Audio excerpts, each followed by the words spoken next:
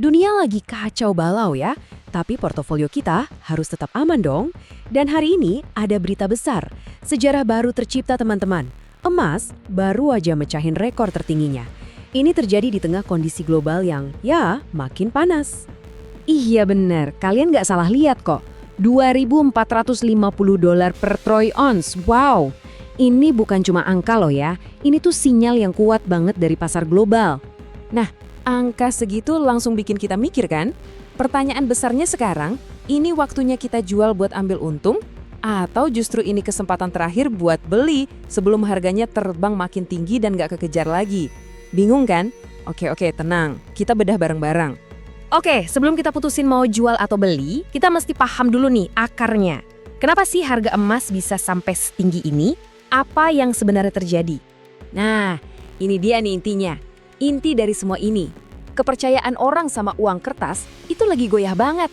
Di tengah situasi yang serba nggak pasti kayak sekarang, investor, bahkan negara-negara besar, mereka mulai cari pegangan yang lebih nyata.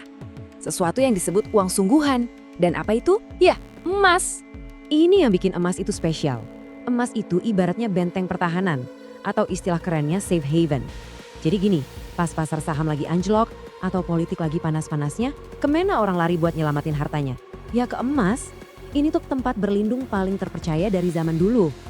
Dan jangan salah ya, kenaikan ini bukan cuma gara-gara investor retail kayak kita-kita ini. Ada pemain yang jauh lebih besar di belakang layar.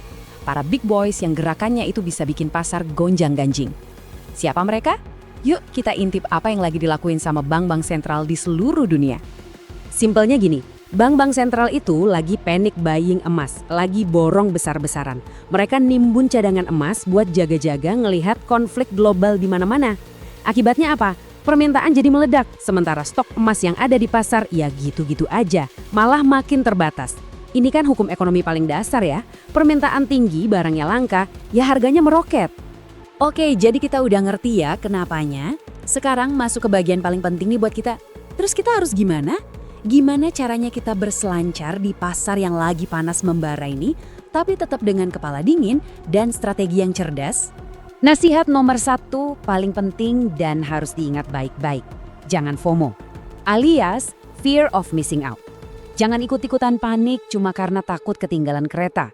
Serius deh, keputusan yang diambil karena panik biasanya ujung-ujungnya nyesal. Kunci buat cuan itu tenang. Oke, strateginya beda nih, tergantung posisi kalian sekarang. Buat yang udah punya emas, selamat! Pilihan paling bijak sekarang adalah hold, tahan aja dulu. Tapi jangan lupa lindungi keuntungan yang udah ada. Caranya, pakai trailing stop.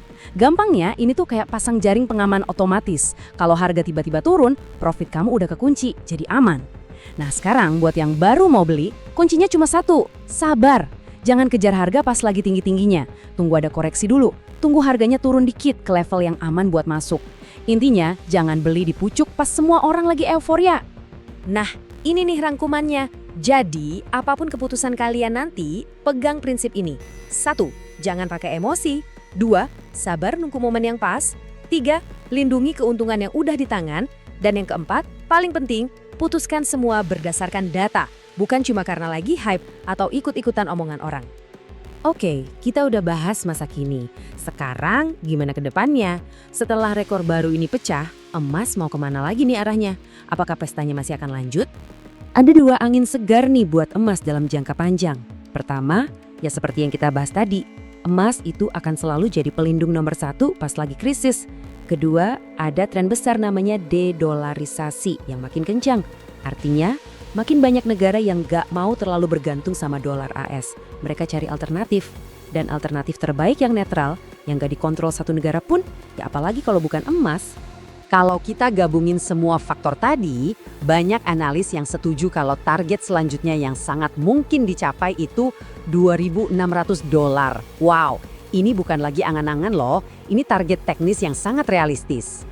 Ingat ya, krisis itu bukan buat ditakuti, tapi justru bisa jadi peluang buat kita. Nah, dengan semua momentum yang gila-gilaan ini, saya tinggalin satu pertanyaan besar buat kalian renungkan. Mungkin nggak ya, kita bakal ngelihat emas nyentuh angka magis $3.000 tahun ini? Coba deh pikirin.